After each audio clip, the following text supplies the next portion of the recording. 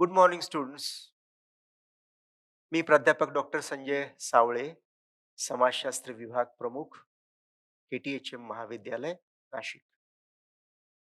स्टाईड या उपक्रमांतर्गत आपण जे नवे अनेक संशोधन प्रकल्प हाती घेणार आहोत, त्या संदर्भात ही सीरीज, लेक्चर सीरीज आयोजित केली जाते आहे. व्याख्यान सत्र आयोजित केले जात आहे आणि त्याला अनुषंगून एक टॉपिक घेऊन आज आपण चर्चा करणार आहोत आणि तो टॉपिक आहे रिसर्च क्वेश्चन्स.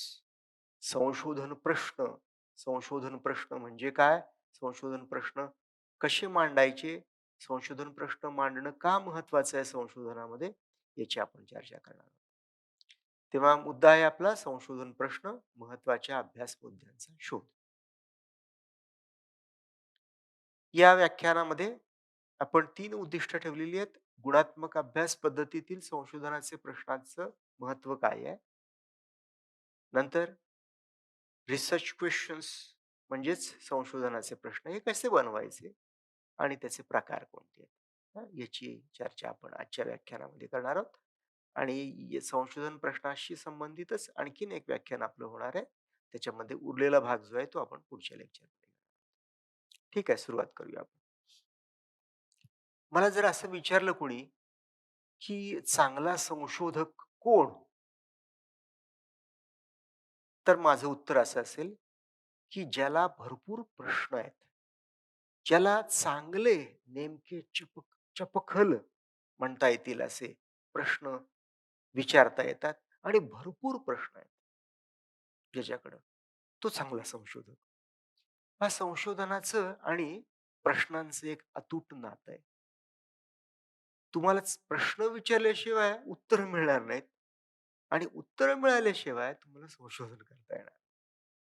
संशोधन म्हणजे प्रश्नांच्या उत्तराचा शोध असतो. पहा, न्यूटनला जर प्रश्न पडला नसता, की सफरचंद वरून खाली का पडलं? झाडावरून पडलेलं सफरचंद हे जमिनीवर का पडलं? आकाशात का नाही गेलं? हा जर प्रश्न पडला नसता, तर शोधच झाला नसता. कोणत्याही शोधाच्या मुळाशी प्रश्न असावे लागतात आणि भरपूर नेमके, चांगले प्रश्न उपस्थित करता येणं हे संशोधकाचं खूप मोठं कौशल्य आहे. ते संशोधन गुणात्मक असो किंवा संख्यात्मक असो, कुठल्याही स्वरूपाचं किंवा संमिश्र स्वरूपाचं असो. सगळीकडे प्रश्न आवश्यक आहेत. प्रश्न चांगले, नेमके प्रश्न तुम्हाला विचारता येणं हे कौशल्य आहे आणि हे कौशल्य शिकता येण्यासारखं आहे. पाहूया आपण, की तुम्ही विद्यार्थी म्हणून जेव्हा फील्डवर जाल, जेव्हा गावांमध्ये जाल, मोहल्ल्यांमध्ये जाल, वस्त्यांमध्ये जाल, संशोधनाचा विषय ठरवाल आणि पुढच्या तयारीला लागाल, तेव्हा योग्य प्रश्न कसे निर्माण करायचे, कसे उपस्थित करायचे, हे आपण पाहणार आहोत. ठीक आहे? तेव्हा आपण पहिल्या मुद्द्यामध्ये पाहणार आहोत, की गुणात्मक अभ्यास पद्धतीतील संशोधन प्रश्न का महत्वाचे आहेत, कसे महत्वाचे आहेत? पाहूया.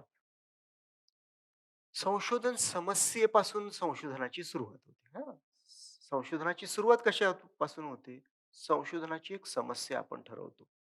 त्याला रिसर्च प्रॉब्लेम म्हणतात इंग्रजीमध्ये, म्हणून आपण त्याला संशोधन समस्या म्हणतोय. खरं तर संशोधनाचा विषय म्हणलं तरी चालेल. संशोधनाचा विषय आपण निवडतो आणि आपल्या संशोधनाला सुरुवात होते. हो ना? कुठल्याही संशोधनाची सुरुवात विषयाने होते आणि शेवट कशाने होतो? अहवाल लेखनाने. तुम्ही अहवाल लिहून काढला, की संशोधनाची प्रक्रिया संपते. ओके.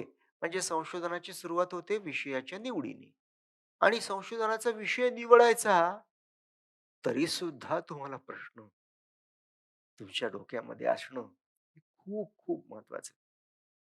संशोधन समस्या म्हणजे संशोधनाचा विषय. हा विषय समाजातल्या अनेक प्रश्नांशी जोडलेला आहे. अनेक समस्यांशी जोडलेला असतो.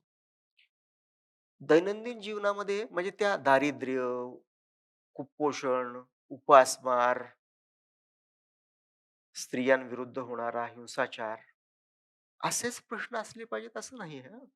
समाजशास्त्रामध्ये किंवा सामाजिक शास्त्रामधले संशोधनाचे प्रश्न किंवा समस्या किंवा अभ्यासाचे विषय हे कोणतेही असू शकतं,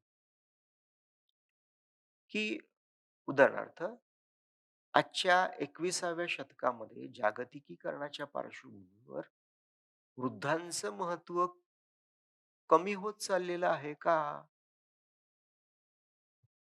प्रश्न आहे. हा प्रश्न, की वृद्धांचं कुटुंबातलं स्थान काय आहे? हां, या मुद्द्यावर आपलं लक्ष केंद्रित करतो आणि तो संशोधनाचा विषय बनू शकतो, की आज 21व्या शतकात जागतिकीकरणाच्या पार्श्वभूमीवर वृद्ध म्हणजे ज्यांचं वय 65 वर्षाच्या पुढे आहे, अशा व्यक्तींचं कुटुंबातलं स्थान काय आहे? आणि ते स्थान तपासण्यासाठी म्हणून जो आपण अभ्यास प्रकल्प सुरू करतो, तुमचा संशोधनाचा विषय बनू शकतो. म्हणजे कुठल्याही संशोधनाच्या विषयाला जेव्हा आपण सुरुवात करतो, विषय निवडायच्या प्रक्रियेला सुरुवात करतो, तेव्हा खरं तर आपण संशोधनाशी संबंधित प्रश्नांचा मागोवा घेत असतो आणि त्याच्या आधारे पुढे जात असतो. संशोधनाची सगळी प्रक्रिया आहे ना, ही ज्ञान निर्मितीची प्रक्रिया आहे. संशोधन म्हणजे परिस्थितीचं वास्तवाचं वर्णन नव्हे. नाही. हां, असं म्हणतात ना प्रत्यक्षवादी किंवा पॉझिटिव्हिस्ट फ्रेमवर्क जे आहे रिसर्चचं, प्रत्यक्षवादी चौकट जी आहे, ती चौकट काय सांगते, की वास्तव समाजात आहे आणि ते तुम्ही काय करा, ते समजावून घ्या आणि मांडा. पण वास्तव मांडणं म्हणजे हे संशोधन नाही. किंबहुना पुढे जाऊन त्या वास्तवाची कार्यकारण मीमांसा पाहणं म्हणजे संशोधन नव्हे. संशोधन ही यापेक्षा जास्त व्यापक प्रक्रिया आहे. की ती एका अर्थाने ज्ञान निर्मितीची प्रक्रिया आहे. हां, म्हणजे आपण ज्ञान निर्माण करतो. आपण संशोधन करतो म्हणजे ज्ञान निर्माण करतो.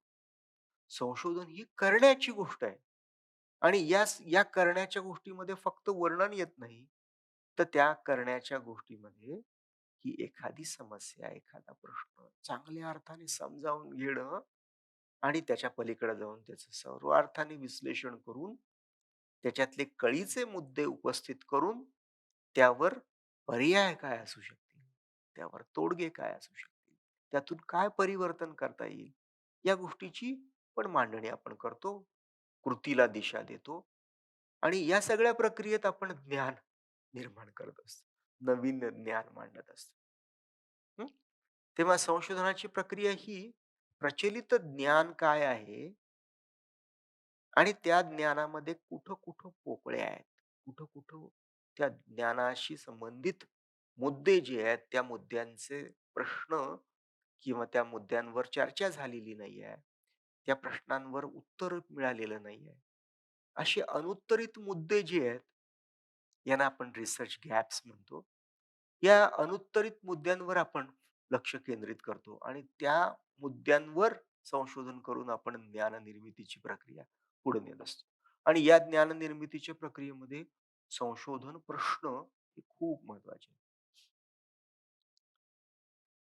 प्रत्येक समाजाची समस्यात्मक परिस्थिती असते आणि एक नसते, अनेक समस्यात्मक प्रश्न असतात. अ, समस्या म्हणण्यापेक्षा प्रश्न म्हणू आपण, की अनेक प्रश्न असतात. दारिद्र्य, बेकारी, मागासलेपण, स्त्रियांचं दुय्यमत्व, आदिवासींचं दुय्यमत्व, आदिवासींचं शैक्षणिक लाजाळूपण, अ, आदिवासींचं दारिद्र्य, मागासलेपणा, राखीव जागांचा काय परिणाम झाला? कितीतरी प्रश्न. म्हणजे अ, आपण सामाजिक परिस्थितीचा विचार करताना, बातम्या ऐकताना, पेपर वाचताना, इतरांशी संवाद करताना किंवा खेडेगावामध्ये तुम्ही ट्रेकिंगला गेलेला आहात, तर तिथे परिस्थिती पाहून अनेक प्रश्न तुम्हाला उपस्थित होतात, की हे असं का? हे काय आहे? हे वेगळं वाटतंय. हे असं का आहे? हां, असे प्रश्न आहेत. हे प्रश्न तुमच्या मनात राहतात. संशोधक म्हणून आणि तुम्हाला तुमचा पूर्वीचा अनुभव, तुम्ही ज्या वातावरणात वाढलेले आहात. तुम्ही एका विशिष्ट जातीमध्ये, वर्गामध्ये, धर्मामध्ये वावरत असता. मी प्राध्यापक आहे. मी प्राध्यापक म्हणून गेली 30 वर्ष शिकवतोय. शिकवण्याच्या प्रक्रियेतले माझे अनुभव आहेत. हे अनुभव, समाजातली परिस्थिती, समाजातले प्रश्न यांचं आकलन करून माझ्या मनात एक एक नेहमी विचार मंथन सुरू असतं, की जे विचार मंथन नवे प्रश्न निर्माण करतं. नव्या समस्या, प्रश्न माझ्या डोक्यामध्ये निर्माण करतं आणि त्यातून संशोधनाची प्रक्रिया सुरू पुढे जाते. फक्त मी माझा विचार करतो, परिस्थितीचं आकलन करतो, निरीक्षण करतो, असं नाही.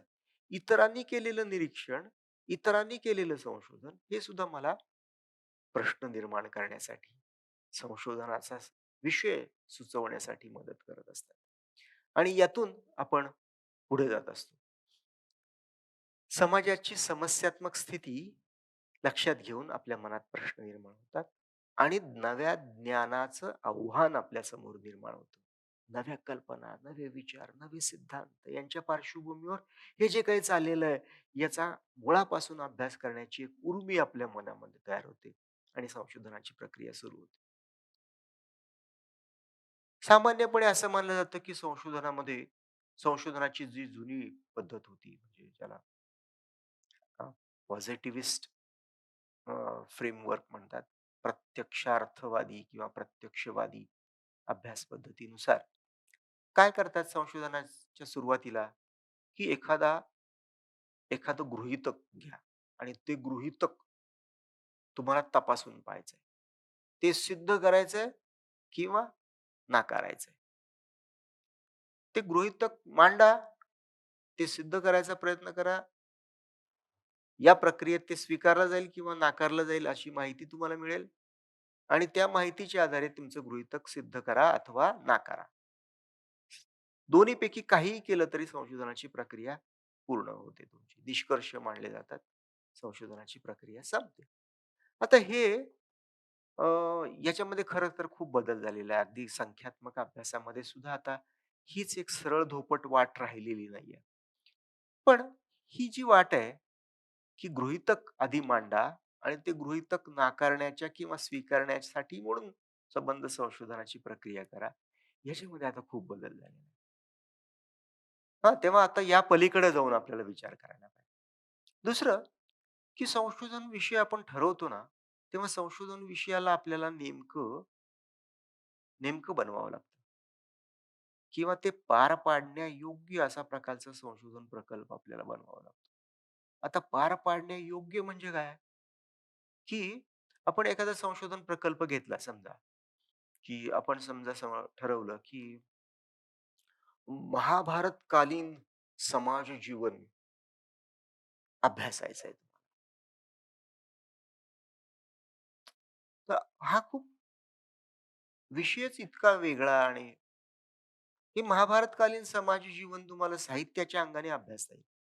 ऐतिहासिक अंगाने अभ्यासायचं झालं तर खूप कठीण होईल. का की महाभारत हे एक साहित्य प्रकार आहे. एक काव्य, महाकाव्य आहे. आणि या महाकाव्यामध्ये जे काही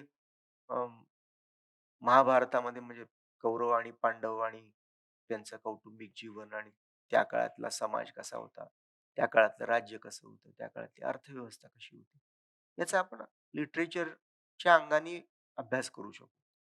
पण ऐतिहासिक पातळीवर अभ्यास करायचा झाला तर तशी संसाधनच उपलब्ध नाही आहेत. ती संसाधनं नाही आहेत, तर मग आपण संशोधन कसं करणार? की या संदर्भातील जी काही संसाधनं उपलब्ध आहेत, ती फार तोटकी आहेत. मुळात महाभारत खरोखरच घडलं का? इथपासून प्रश्न आहे. त्याच्याविषयीचे पुरावे अत्यंत त्रोटक स्वरूपाचे आहेत, मर्यादित आहेत. त्यामुळं महाभारताची घटना खरोखरच घडली का? याच्याबद्दल शंका निर्माण व्हावी अशी परिस्थिती आहे. तर या पार्श्वभूमीवर हा अभ्यास फिजिबल नाहीये. फिजिबल म्हणजे वर्केबल नाहीये. तो त्याच्या स्वरूपामुळे नाही. अनेक कारणामुळे संशोधन प्रकल्प फिजिबल, वर्केबल, प्रत्यक्षात पार पाडण्यायोग्य असे नसतात. काही वेळेला आर्थिक गणित असतं, काही वेळेला विषयाचा ढाचाच तसा असतो, काही वेळेला आणखीन अनेक कारणं असतात. काही वेळेला तुमचं संशोधन इतकं व्यापक असतं, विस्तीर्ण स्वरूपात असतं आणि त्यातला नेमकेपणा नसल्यामुळं तो प्रकल्प पार पाडता येत नाही तुम्हाला. उदाहरणार्थ, की भारतातील दारिद्र्याचा अभ्यास. अरे बापरे! किती मोठा विषय. भारतातील दारिद्र्य हे मोजणं, त्याचं आकलन करणं आणि त्याच्यावर संशोधन करून निष्कर्ष मांडणं ही खूप गुंतागुंतीची गोष्ट आहे. दारिद्र्य म्हणजे काय? इथपासून सुरुवात करावी लागेल आणि संबंध भारतातल्या इतक्या वेगवेगळ्या प्रांतांमधल्या दारिद्र्याची तुलना करून त्याची समग्र मांडणी करणं खूप खूप अवघड गोष्ट आहे. खूप पसरट विषय झाला. मोठा विषय झाला. तेव्हा असे विषय असतात बऱ्याच वेळा. विषय सुचतात तेव्हा सामान्यपणे ते अशा पसरट स्वरूपात असतात. मग या पसरट विषयांना लांबलचक विस्तारलेल्या विषयांना नेमकं बनवणं हे आवश्यक असतं. आणि ते नेमकं बनवणं किंवा पार पाडण्यायोग्य बनवणं ही जी प्रक्रिया आहे, याला सूत्रीकरण म्हणतात. याला काय म्हणतात? फॉर्म्युलेशन किंवा सूत्रीकरण.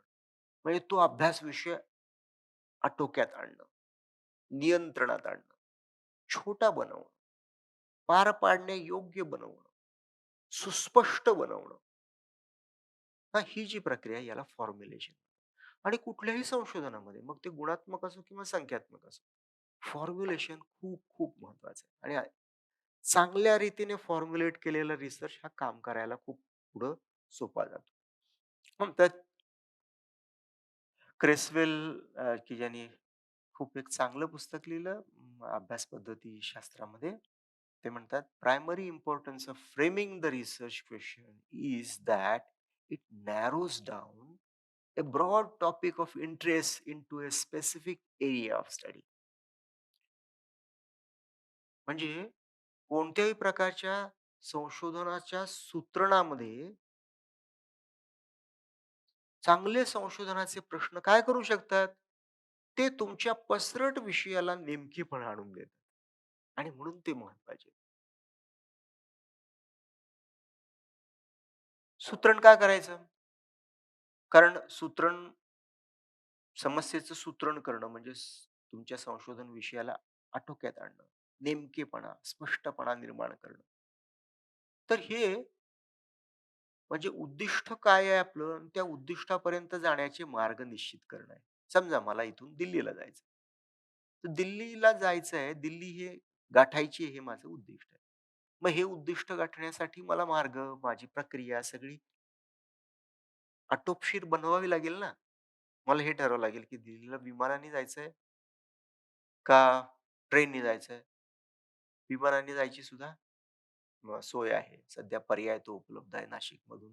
डायरेक्ट विमान पण आहे दिल्लीला जाण्यासाठी. तेव्हा मला ठरवावं लागेल, कशाने जायचं. हां, लोक सायकलवर सुद्धा जाऊ शकतात. खूप वेळ लागेल, पण जाईन कधीतरी. तर कसं जाणार आहात हे ठरवावं लागेल. नंतर की कधी जाणार आहात? नंतर किती जण जाणार आहात? नंतर डायरेक्ट जाणार आहात का टप्प्याने जाणार आहात? ते तुमच्या कुठलं व्हेइकल आहे त्याच्यावर अवलंबून असेल. विमान असेल तर डायरेक्ट जाऊ शकता.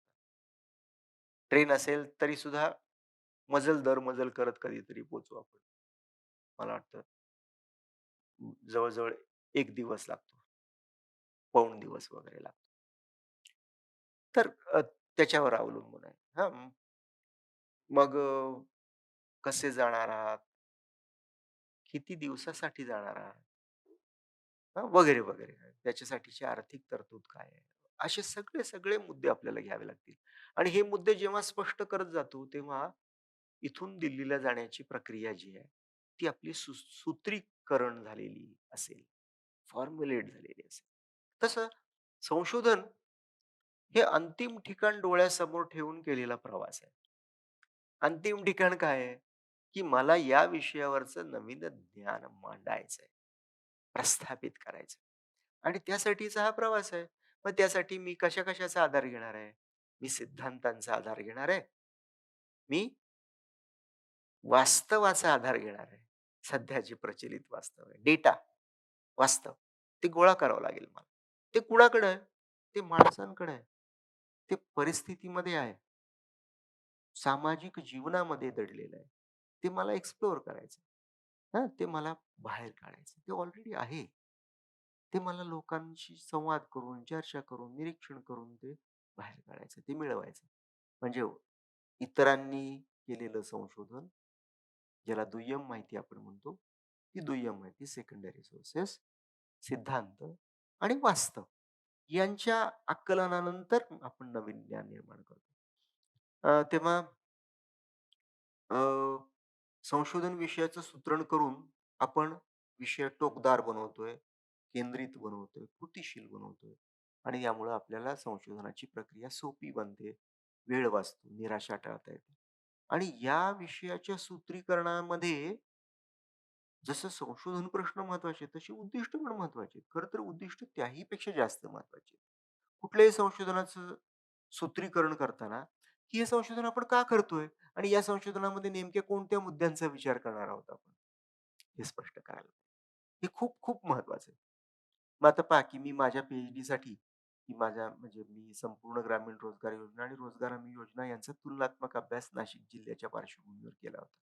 या दारिद्र्य निवारणाच्या 2 योजना आहेत. यांचा तुलनात्मक अभ्यास होता. आता तो अभ्यास करताना मी ही 4 उद्दिष्ट ठेवली. काय अशी उद्दिष्ट किती असू शकतात तुमच्या संशोधनाची उद्दिष्ट? 3 असू शकतात, 4 असू शकतात, 5 असू शकतात. खूप जास्त नसावीत शक्यतो.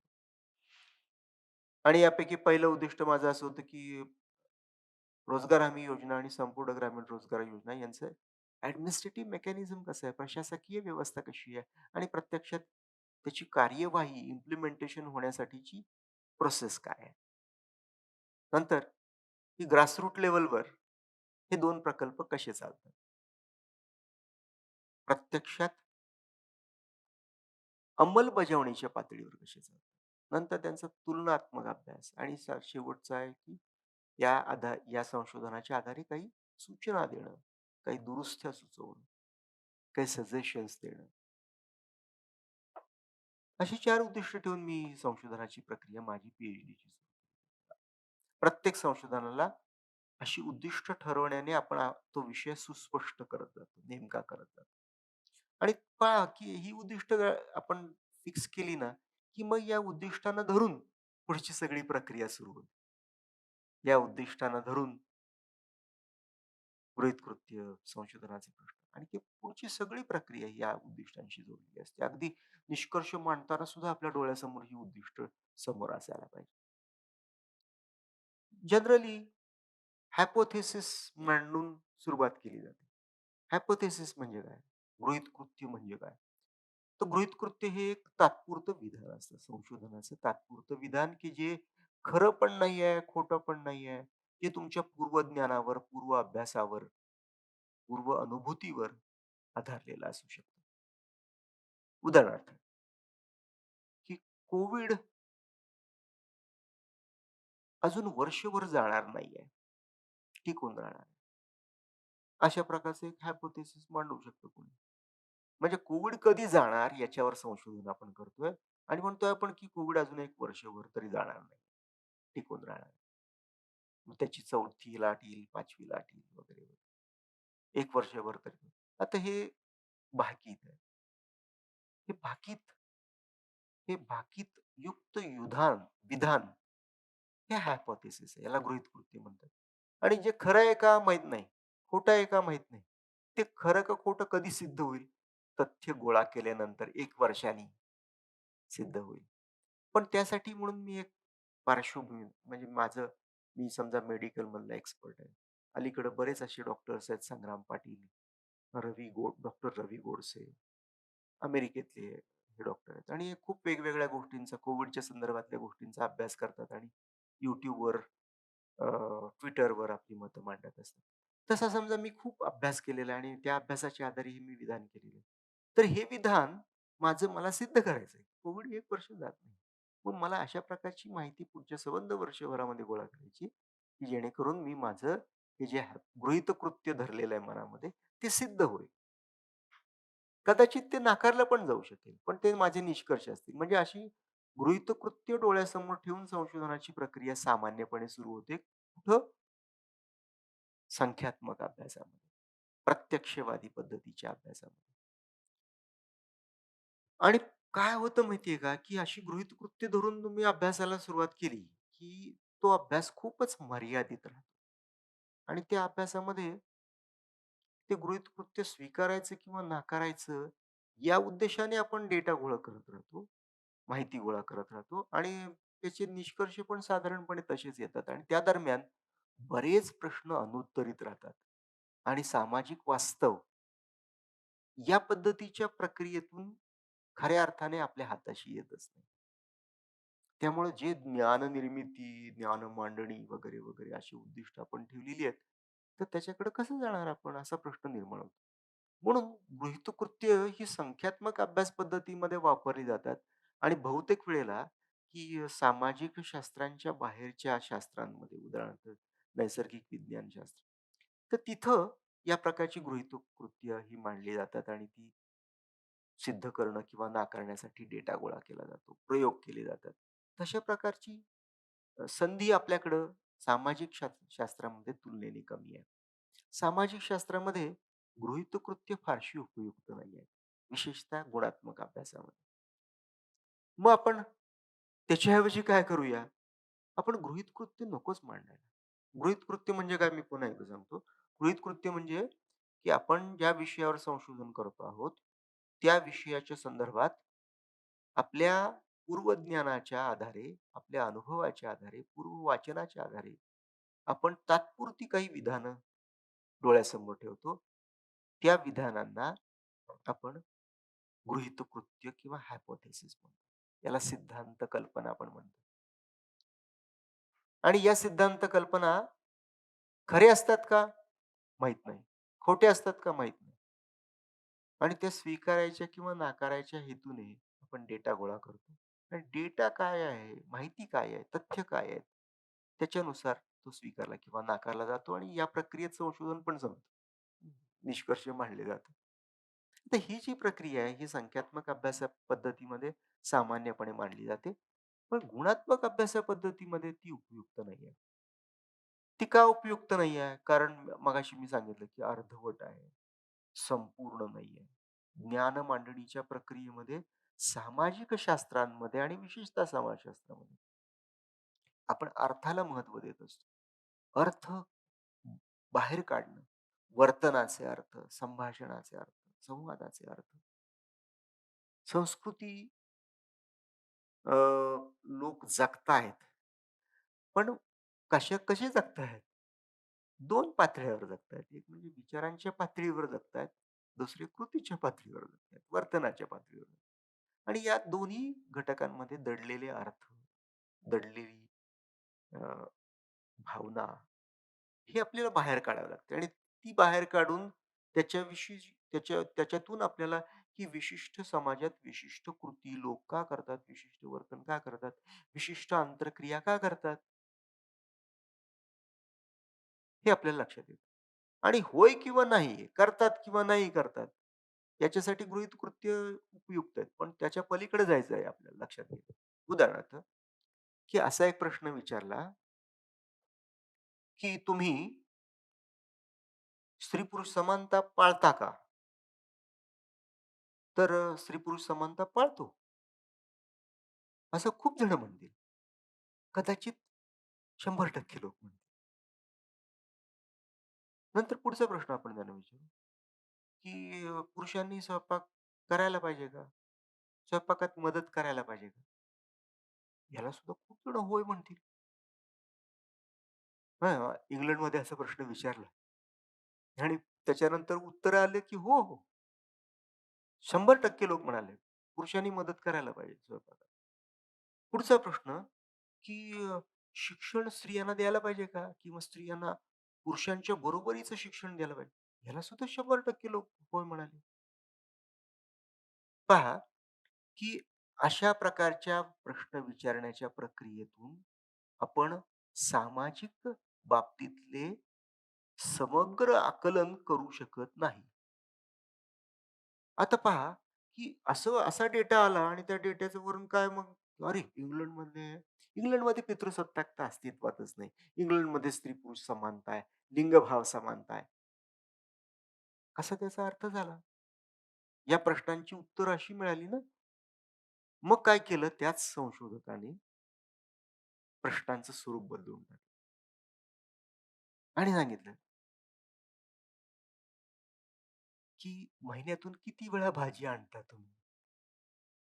कदाचित भाजी आणणे हे काम पुरुष करत असतील. त्यापैकी सांगितलं काही जणांनी. बरोबर उत्तर दिली, की महिन्यातून 12 वेळा भाजी आणतो. 15 वेळा भाजी आणतो. आणि त्याच कुटुंबातल्या स्त्रीला आपण विचारलं, की जी रोज स्वयंपाक करते. त्यांच्यामध्ये काही फरक आढळून आलाय का? नंतर लहान मुलांचा सांभाळ करता का? त्यावेळेस ते होय म्हणाले ना. आता पण प्रश्न विचारला थोडासा बदलून विचारला, की लहान मुलांना तुम्ही सांभाळता हं, तर आठवड्यातला कुठला वार असतो, की ज्या दिवशी मुलांचा गणवेश वेगळा असतो? पीटीचा गणवेश घालून त्यांना पाठवावं लागतं. कुठल्या दिवशी? बऱ्याच पुरुषांना उत्तर नाही देता आलं. कु चुकीची उत्तरं दिली. काही जणांना उत्तरं माहितीच नव्हती. कारण यांनी मुलांना ड्रेस घालून, मुलांची तयारी करून मुलांना शाळेत पाठवण्याचं काम कधी केलेलंच नाहीये.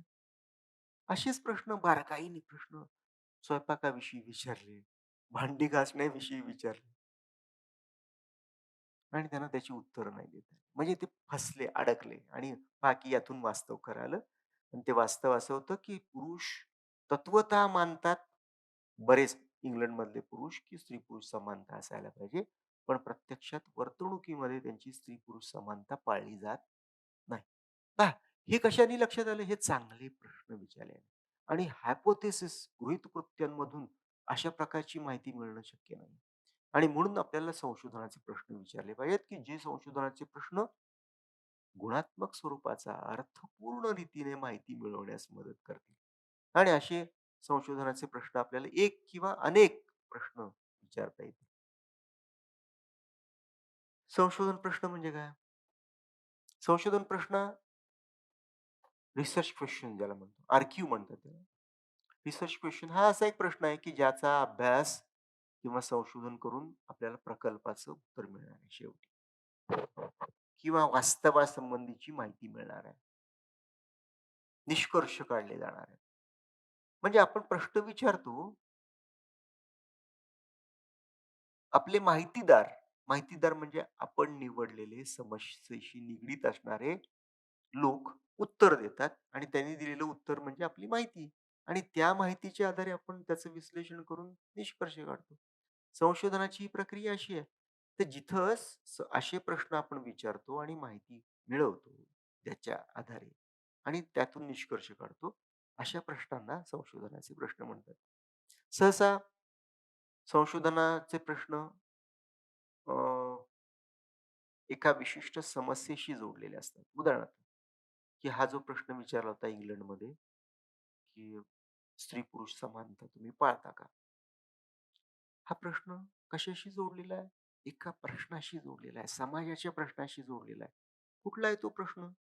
तो प्रश्न आहे, की स्त्री आणि पुरुषांना समाजात वेगवेगळ्या प्रकारची वागणूक मिळते आणि स्त्रियांना दुय्यमत्व लादलं जातं त्यांच्यावर. हा प्रश्न आहे. हा इंग्लंडमधलाच प्रश्न नाही, जगात सगळीकडे हा प्रश्न विचारला जाऊ शकतो. स्त्री-पुरुष समानता नाहीये. हा प्रश्न आहे आणि या प्रश्नाशी जोडलेला संशोधनाचा प्रश्न आणि एक नाही असे अनेक प्रश्न निर्माण होऊ शकतात. प्रत्येक संशोधनाचा विषय तुम्ही काय निवडलाय, संशोधनाची उद्दिष्ट काय ठरवली त्याच्यानुसार अशा प्रकारचे अनेक गुणात्मक प्रश्न संशोधन प्रश्न म्हणून मांडता येतील. किती असू शकतात? अनेक असू शकतात संशोधनाचे प्रश्न. ते कसे ठरवायचे आपण? मी मगाशी 4 उद्दिष्ट सांगितलेली होती माझ्या संशोधनाची. तर त्या 4 उद्दिष्टांना धरून अनेक प्रश्न विचारले जाऊ शकतात. आणि हे सगळेच्या सगळे रिसर्च क्वेशन. रिसर्च क्वेशन्स एखाद्या रिसर्चमध्ये किती असावेत? 150-200 इतके नको. एखादा इतके पण कमी नको. किती असावेत पण? 6, 7, 8, 10 असे प्रश्न, महत्त्वाचे प्रश्न असतात ना ते. तुमच्या संशोधन विषयाच्या संदर्भात माहिती मिळवण्यासाठी चालना देणारे असे प्रश्न अत्यंत महत्त्वाचे आहेत. ना त्यांना आपण संशोधनाचे प्रश्न म्हणतो. पहा या संशोधन प्रश्नांचं नेमकं स्वरूप आपल्याला कसं डिफाईन करता येतं? याच्यासाठीचा हा एक उलटा पिरॅमिड आहे. यामध्ये वरती आपण काय केलंय टॉपिक निवडलाय. नंतर खाली working knowledge of the topic. त्या संशोधन विषयाच्या ला अनुरूप आपण माहिती गोळा करतो. ती माहिती म्हणजे आपल्या अनुभवाशी जोडलेली असेल, पूर्वज्ञानाशी जोडलेली असेल आणि इतरांनी केलेल्या संशोधनाशी जोडलेली असेल किंवा आपण ज्यांच्याशी अनेकांशी संवाद करतो त्याच्याशी जोडलेली असेल. यातून काय करतो आपण? यातून आपण आपल्या संशोधन विषयाला नेमकेपणा आणतो, स्पष्टपणा आणतो. आणि नंतर मग आपण वर्किंग क्वेशन्स तयार करतो. आपण आपल्या विषयाला अनुसरून जसं मी मगाशी सांगितलं, की इंग्लंडमध्ये आजच्या 21व्या शतकामध्ये स्त्री-पुरुष समानता आहे का? समजा असा टॉपिक असेल, तर यातून आपण इतरांचं अनेक लिखाण वाचून आणि आपल्या अनुभवाच्या आधारे तुम्ही इंग्लंडमध्ये राहत असाल तर. तर त्याच्या आधारे आपण अ, असं एक ज्ञान निर्माण समोर ठेवतो, की जेणेकरून आपल्या संशोधन विषयाला आणखीन आटोपशीर आणि नेमकं बनवता येईल. आणि त्याच्या आधारे मग आपण कामचलाऊ प्रश्न तयार करतो, की इंग्लंडमध्ये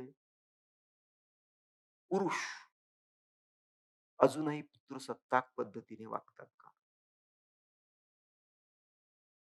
हां, आणि पहा की एक प्रश्न नाही, अशा अनेक प्रश्नांची एक मालिकाच तुमच्या समोर उभी राहते, की इंग्लंडमध्ये शाळेमध्ये पितृसत्ताकता रुजवली जाते. अभ्यासक्रमाद्वारे रुजवली जाते. कुटुंबामध्ये सामाजीकरणाच्या प्रक्रियेद्वारे पितृसत्ताकता रुजवली जाते का? स्त्री-पुरुष विषमता रुजवली जाते. लिंगभाव भेद रुजवले जातात का? लिंगभाव भेद ग्राउंडवर क्रिकेट खेळताना किंवा कुठलातरी खेळ खेळताना तिथं जाणवतात का? अनेक प्रश्न विचारले. कंपन्यांमध्ये स्त्री-पुरुष दुजाभाव केला जातो का? प्रमोशनमध्ये स्त्री-पुरुष दुजाभाव केला जातो. असे अनेक प्रश्न आणि हे सगळे प्रश्न तुमचे वर्किंग क्वेशन्स म्हणून भरपूर प्रश्न आणि असे प्रश्न ठरवताना उद्दिष्ट पहा, तुमची मेथोडॉलॉजी पहा, तुमचं रिसर्च डिझाइन काय आहे? तुमच्या संशोधनाचा आराखडा जो तुम्ही तयार करता, तो काय आहे? त्याचा संदर्भ डोक्यात ठेवा आणि अशा प्रश्नांची एक यादी लिहून काढा. भरपूर प्रश्न. इथं चालेल तुम्हाला 100-150 प्रश्न आले तरी चालेल. हे सगळे प्रश्न एकत्र करा आणि यातले अतिशय महत्त्वाचे प्रश्न कोणते आहेत? ते प्रश्न बाजूला करा. ते प्रश्न म्हणजे संशोधनाचे प्रश्न होऊ शकतात. हं. नंतर हे संशोधनाचे प्रश्न बनवायचे कसे? संशोधनाचे प्रश्न आपल्या संशोधन विषयाला पूरक असले पाहिजे. हे तर खूपच आवश्यक आहे, खूपच बेसिक आहे. म्हणजे तुम्ही एक वेगळ्या विषयावर अभ्यास करता आणि वेगळेच संशोधनाचे प्रश्न निर्माण केले, काही उपयोग नाही. संशोधनाच्या प्रश्नांचं नातं हे नेहमी तुमच्या अभ्यास विषयाशी असलं पाहिजे, त्याच्या पद्धतीशी असलं पाहिजे, त्याच्या सिद्धांतांशी असलं पाहिजे, चौकटीशी असलं पाहिजे. कसे बनवायचे प्रश्न? तर मला असं वाटतं, की सगळ्यात सोपा मार्ग कोणता आहे? की तुमची संशोधनाची अ, आराखडा काय, डिझाइन काय आहे आणि विशेष म्हणजे उद्दिष्ट काय आहे? तुमच्या संशोधनाची उद्दिष्ट काय आहेत, त्याच्यानुसार संशोधन प्रश्न हे आकाराला येऊ शकतात. मी असं केलं होतं, की माझी सगळी उद्दिष्ट एका कॉलममध्ये लिहून काढलेली होती. मी ही उद्दिष्ट मागे दाखवलेली होती तुम्हाला. ती उद्दिष्ट लिहून काढली आणि प्रत्येक उद्दिष्टाला धरून हे रिसर्च क्वेशन्स समोर लिहून काढले. आणि हे रिसर्च क्वेशन्स खूप म्हणजे 40-50 झाले होते. त्याच्या आधारे मग मी आणखीन सॉर्ट आउट करून 12-13 रिसर्च क्वेशन्स फायनल केले. म्हणजे प्रत्येक रिसर्च क्वेशन्सचं नातं कुठल्या ना कुठल्यातरी उद्दिष्टांशी असलं पाहिजे. पहिल्या उद्दिष्टाशी धरून हे 15-20 प्रश्न, दुसऱ्या उद्दिष्टाशी धरून हे 15-20 प्रश्न. असे करत रिसर्च क्वेशन्स तुम्हाला फ्रेम करता येतील. आणि प्रत्येक रिसर्च क्वेशन्समध्ये संशोधन प्रश्नामध्ये एक चल दडलेला आहे. एक एक घटक, अभ्यास घटक दडलेला आहे आणि तो आपल्याला माहिती देतो. उदाहरणार्थ तुमचं वय किती? हा प्रश्न विचारला आपण. याच्यामध्ये चल कोणता आहे? चल आहे वय आणि त्याला चल का म्हणायचं? कारण सगळे आपले माहितीदार एकाच वयाचे नाहीयेत. त्यांचं वय बदलेल. प्रत्येकाला हा प्रश्न विचारला तर प्रत्येकाचं वय वेगवेगळं सांगतील. आणि म्हणून वय हे चल आहे.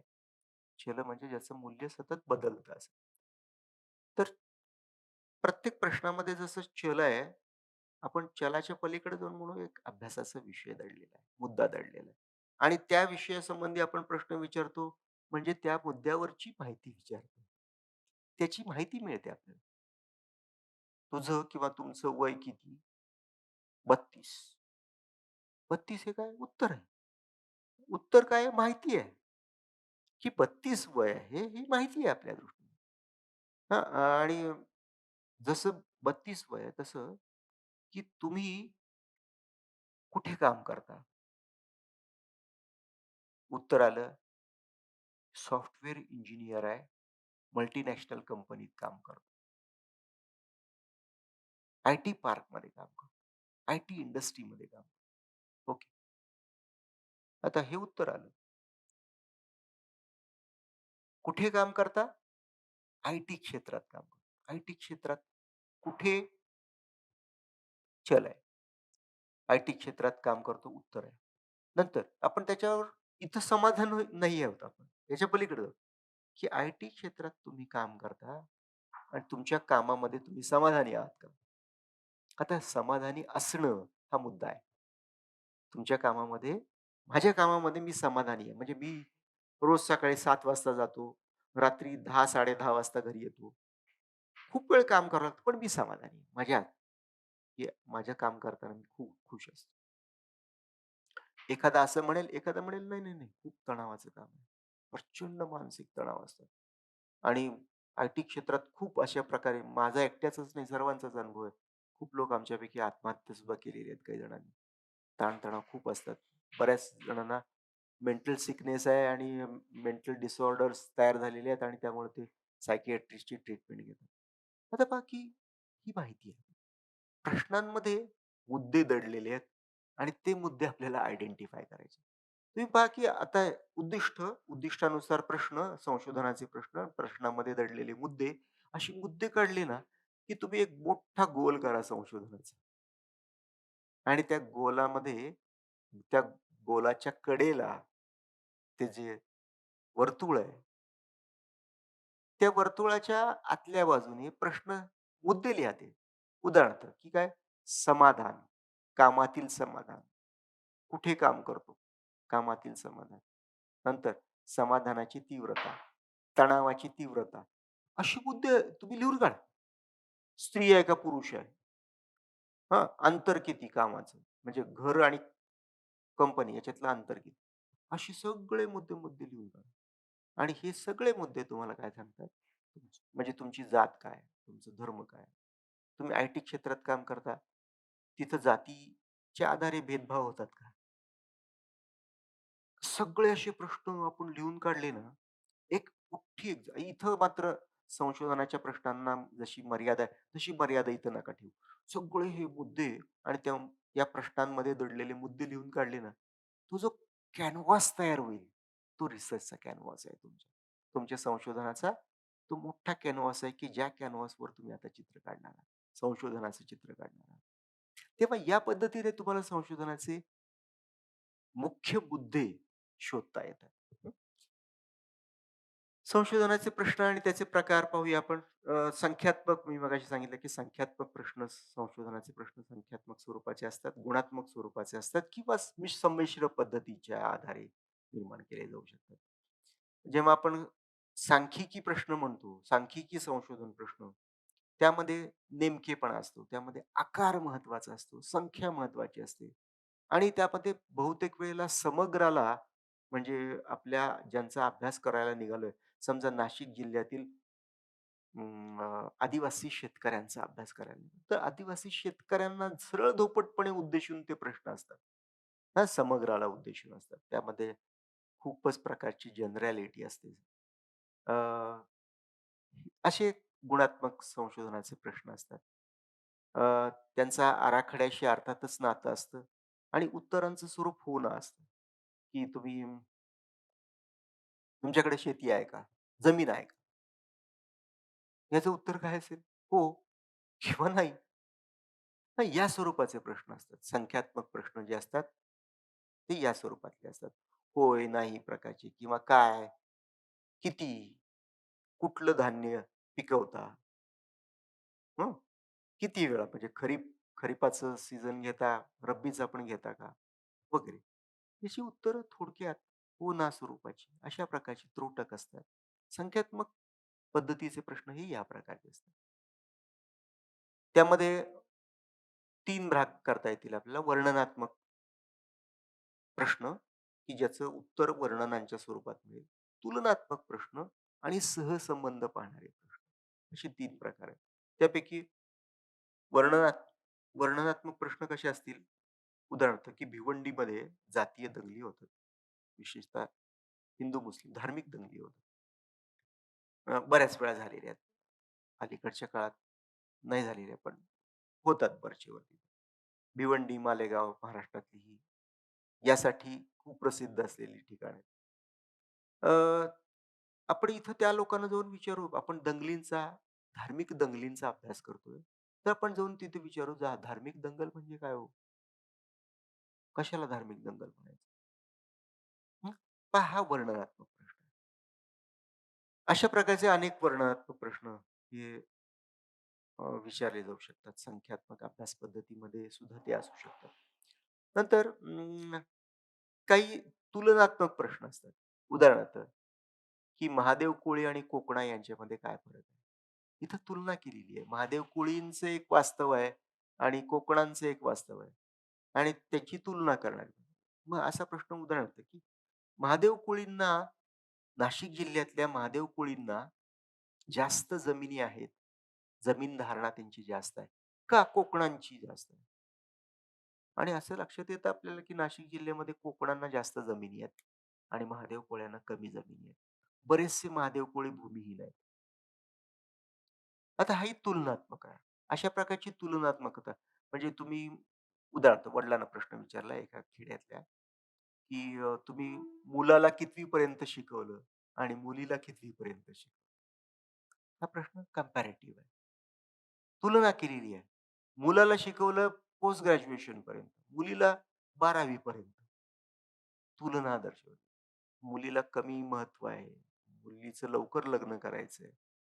या प्रकारची गोष्ट वास्तविकता ही आपल्याला त्यातून सहजपणे लक्षात येते. नंतर तिसरा एक प्रकार आहे संख्यात्मक प्रश्नांचा, की तो सहसंबंध जोडणे आणि अशा प्रकारचे प्रश्न जास्त मोठ्या प्रमाणात विचारले जातात. की शिक्षण आणि पगार यांच्यात काय नातं आहे? म्हणजे ज्यांना जास्त शिक्षण आहे त्यांना जास्त पगार आहे का? असं आहे का? म्हणजे सहसंबंध आहेत का या दोघांमध्ये? शिक्षण वाढलं की पगार वाढतो असं आहे का? हे तपासणारे प्रश्न. किंवा शहरी लोक तंत्रज्ञानाला जास्त जाणणारे असतात. तंत्रज्ञान स्नेही असतात. हं. संगणक स्नेही असतात. मग कॉम्प्युटर, मोबाईल त्यांना सहजपणे फटाफट चालवता येतात. त्याच्यामध्ये संबंध आहे का? शहरी असण्याचा आणि कॉम्प्युटर चालवण्याचा संबंध आहे का? कॉम्प्युटर क्षेत्रातलं पुढारलेपण आणि मागासलेपण हे शहरी किंवा ग्रामीणशी जोडलेलं आहे का? इथं अशा प्रकारची मांडणी करणारे प्रश्न असतात. आणि मग आपण संख्यात्मक प्रश्नांची थोडक्यात माहिती घेतल्यानंतर गुणात्मक प्रश्नांकडे जाणार आहोत, की गुणात्मक प्रश्न यापेक्षा वेगळी कशी असतात? म्हणजे काय, कुठं, किती हे प्रश्न संख्यात्मक प्रश्न आहेत. पण या संख्यात्मक प्रश्नांपेक्षा जास्त व्यापक आणि अर्थाला महत्त्व देणारे असे प्रश्न जेव्हा आपण ते विचारतो, तेव्हा ते प्रश्न गुणात्मक बनतात. गुणात्मक पद्धतीच्या प्रश्नांमध्ये लवचिकता असते. दिशा दाखवलेली नसते. संख्येवर भर नसतो. आकारावर भर नसतो. तर अर्थावर भर असतो. तुला काय म्हणायचंय? तुला काय वाटतं? हं? अ, याबद्दल तुझं मत काय आहे? हां, अशा प्रकारचे प्रश्न. आणि ज्या प्रश्नांमध्ये दिशा दाखवलेली नाहीये. म्हणजे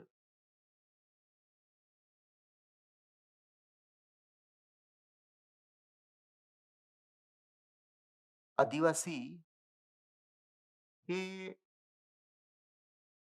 कमी शिकलेले आहेत म्हणूनच त्यांना नोकऱ्या मिळत नाहीयेत का?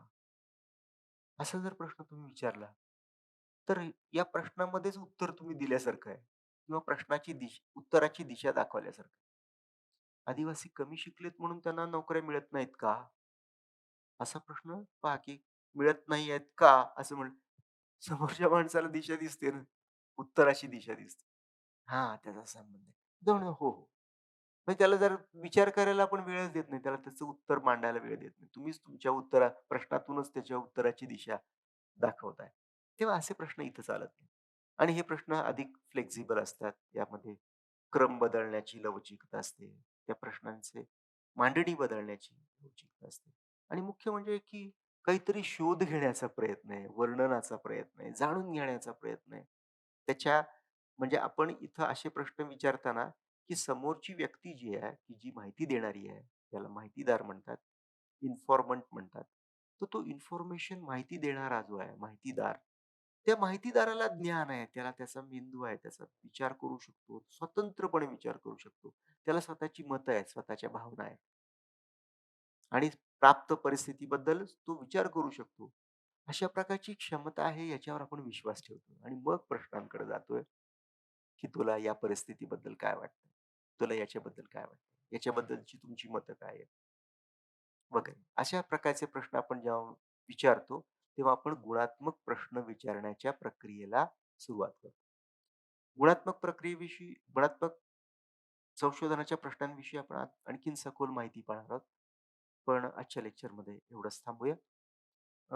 पुढील व्याख्यानामध्ये आपण गुणात्मक प्रश्नांची अत्यंत सखोल माहिती घेऊया आणि गुणात्मक प्रश्नांचं स्वरूप नेमकं कसं असतं? त्याची उत्तरं कशी मिळतात? गुणात्मक प्रश्न कुठं कसे विचारायचे? याची माहिती आपण पुढच्या लेक्चरमध्ये